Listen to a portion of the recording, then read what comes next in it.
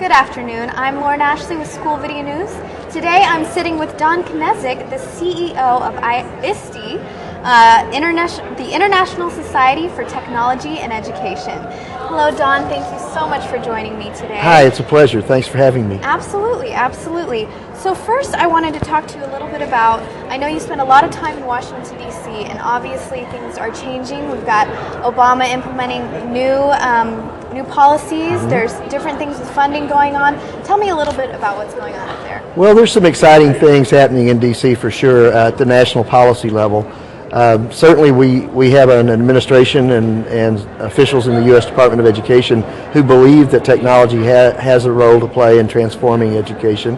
They're looking at innovation within the public school system, and that's an exciting development. And we just recently had a release of the President's proposed budget for the U.S. Department of Education. And in that, they're both good and bad features. Obviously, they talk about their commitment to having technology in every federally funded program so that we can see technology assist in moving education into the digital age, and that's very encouraging. But also they've suggested zeroing out dedicated funding for technology. So ISTE and several of our cooperating organizations are looking at how we support the pieces that we really believe in, which is the infusion of technology across programs, and yet battle hard for continued funding, dedicated funding, so that we can have the leadership and the expertise necessary in the schools and states to implement those programs. Absolutely. Well, expand on that a little bit for me. I know leadership is a very important element to you. So it is, and that's part of what I'm at TCEA here in Austin for, is to talk to a group of leaders about how important it is that they continue to fight the good fight, continue to look at addressing student needs, even in a time of economic downturn. One thing that we cannot afford to do is slide any further back. We've lost ground in international comparisons. We've lost ground in numbers of college graduates, for example. And so it's really incumbent upon leaders, both general school leaders, education leaders, as well as technology leaders, to continue to look at where we can gain efficiencies, where we can make school more relevant, and continue to push in those areas. Absolutely. Okay.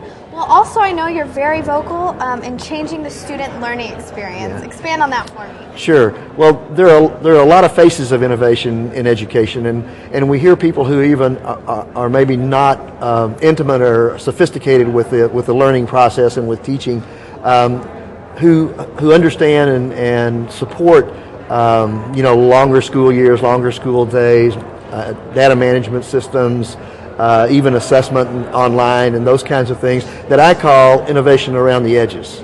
It's important to bring schools into the 21st century, but it's also important to look at that actual student experience. As many students, talented students, as we're losing from our schools right now, we've got to figure out how we change that learning experience at the heart of learning so that we actually are able to continue to have them in place. And so we want to see things like students using the information tools they use in the outside world in school for learning. And we want to see students using tools of professionals. If they're studying science, they should be using the strategies and the tools that scientists are currently using.